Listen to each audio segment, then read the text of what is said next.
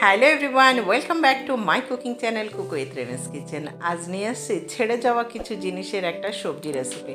আজ আমি ইলিশ বেগুনের একটা একদম সিম্পল ঘরোয়া একটা রেসিপি নিয়ে হাজির হয়েছি। চলুন এই একদম সিম্পল মানে কোনো মশলা ছাড়াই ইলিশ বেগুন একটা রেসিপি দেখাতে চলেছি। তো তার জন্য আমি এখানে যে ওই যে ছেড়ে যাওয়া বললাম, তো বাদ বাকি কিছু মাছের টুকরো, তিনটে পিস মাছের টুকরো আর মাথাটা একটু লবণ আর হলুদ দিয়ে আমি মেখে নিচ্ছি। বাঙালির খুব প্রিয়, আর বর্ষা মানেই তো ইলিশের একটা সিজন।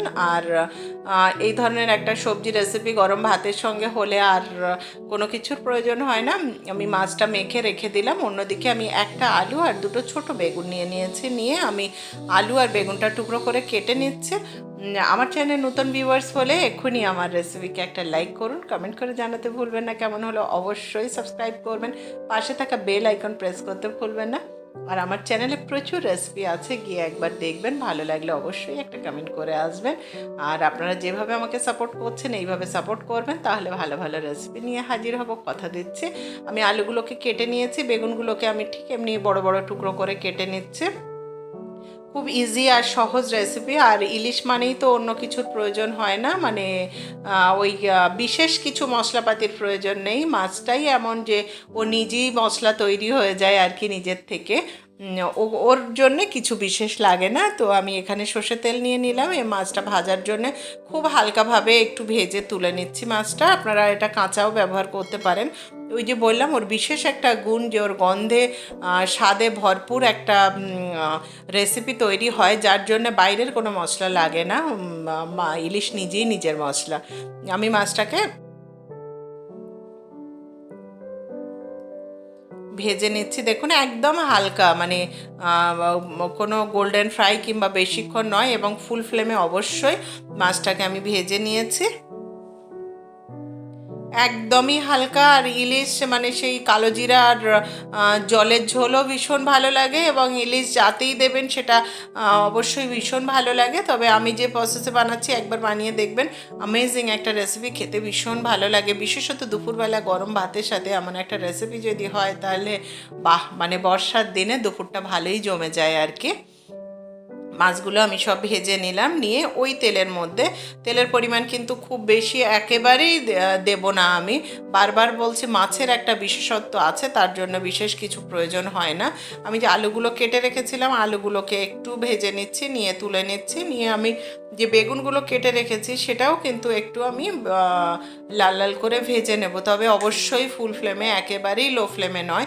বেগুন লো ফ্লেমে ভাজতে গেলেই কিন্তু বেগুনটা সফট হয়ে যাবে, আর সম্ভব হবে না ভাজা। এবং রান্নার পর যদি বেগুনটা একেবারে মেল্ট হয়ে যায়, সেক্ষেত্রে ইলিশ বেগুন একটা দেখতে খুব বাজে হয়ে যায়। বেগুনটা যেন গোটা গোটা থাকে, ঠিক এই ভাবেই ভাজতে হবে।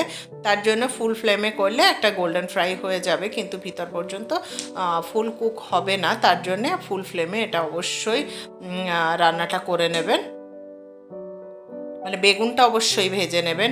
আর একেবারে ঝটপট হয়ে যায়, মানে 10 মিনিটও লাগে না এমন একটা রেসিপি এটি। মানে এই ভেজে নিলাম, দুটো জিনিস একটু ফোড়ন দিলাম, দিয়ে জল দিয়ে ফুটিয়ে ব্যাস রান্না কমপ্লিট হয়ে যায়। মানে এত ইজি রান্না আমার মনে হয় না আছে খুব একটা রান্না আর কি। মানে ইলিশের রেসিপি যেভাবে আমরা বানাই, এর দিয়ে ইজি রেসিপি আর হতেই পারে না কোনো কিছু। তো অবশ্যই একবার ফলো করবেন আমার রেসিপিটি। এবং রেসিপির সাথে তো প্রত্যেকটা রেসিপির সাথে টিপস অ্যান্ড ট্রিক্স থাকে। দেখুন আমি বেগুনগুলো কিন্তু ফুল ফ্লেমে এইভাবে গোল্ডেন ফ্রাই করে একটু তুলে নিলাম।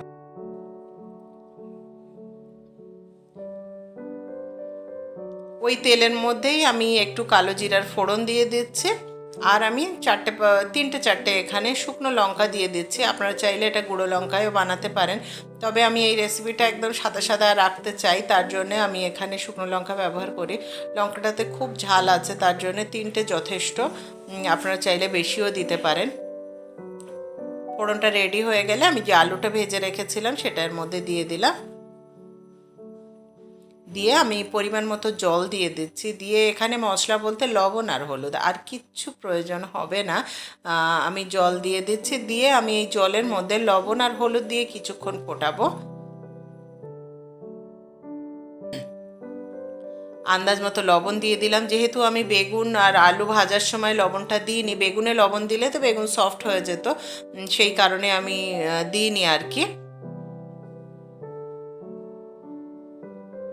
আমি এখানে লবণ আর হলুদটা দিয়ে দিলাম, দিয়ে ঢাকা দিয়ে আমি কিছুক্ষণ রান্নাটা করব যাতে আলুটা 80% গলে যায়। তো আমার আলুটা মোটামুটি গলে গেছে, আমি দেখিয়ে দিচ্ছি।